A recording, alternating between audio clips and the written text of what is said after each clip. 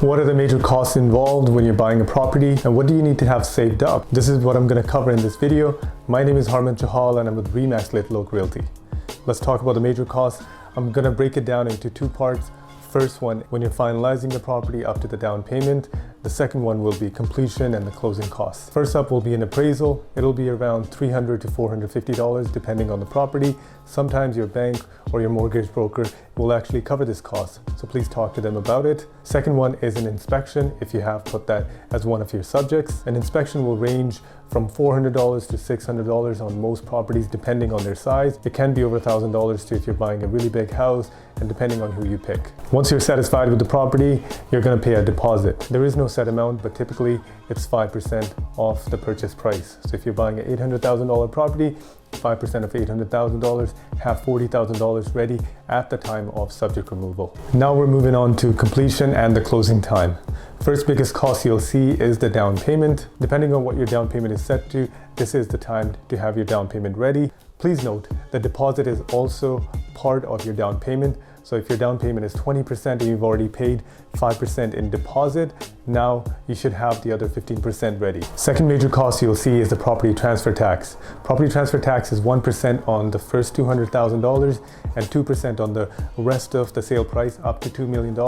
And from $2 million, it goes up from there. There are a few exemptions on property transfer tax if you qualify and the purchase price is under a certain amount. I'll cover that in details in another video. Next cost you'll see are the legal fees. For closing, you'll have to pick a lawyer or a notary. Typically, a lawyer or notary will cost you anywhere between $900 to $1,300, depending on who you pick and the kind of property you're buying. At the time of closing, you'll also see some adjustment costs. Those are like property transfer tax, your strata fee, depending on the timeline of when you're buying the property. For example, if you're buying the property in the beginning of the year where sellers have lived there until February and you're taking over in March, the sellers haven't yet paid the property tax for the year. You'll be paying property tax for the whole year in the middle of the year. So for the first 2 months where sellers have lived in that property, the lawyers will credit that amount towards you. But if you're buying the property at the end of the year where the sellers have already paid the property tax, that amount will be credited towards the sellers. Now those are the costs which are applicable to all properties, but there are some other costs like GST which is applicable if you're buying a brand new property. So that will be 5% of the purchase price of any brand new property. Another one can be a strata move-in fee. So if you're moving into a condo, depending on which strata you move into, they'll have a set amount of move-in fee that you'll have to pay at the time of completion. So what do you need to have saved up to buy a property? Let me show you a couple examples of that. So if you're buying a $400,000 condo, your inspection can be around $400. Your down payment, which will be at least 5%, will be $20,000. Your legal fees can be estimated around $1,200. Property transfer tax, if you don't get an exemption, will be $6,000. Move-in fee, let's estimate around $80,000. So in total, you need $27,680 at the time of completion.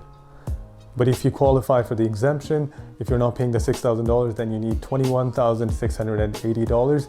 But please have another $1,000 or so for the adjustment costs. Let's take an example of buying $1 million property where your inspection can be estimated around $600 and at least 20% down payment, which will be $200,000. And legal fees can be estimated around $1,000, and property transfer tax on that will be $18,000. So to buy that $1 million property, at least you should have is $219,000 saved up. I hope you like this video. If you find it helpful, please share it with your friends and family. Leave me a comment to let me know what you're thinking. If there's any questions that you have that I can answer, please contact me anytime. My name is Harman Chahal. Have a great day and take care.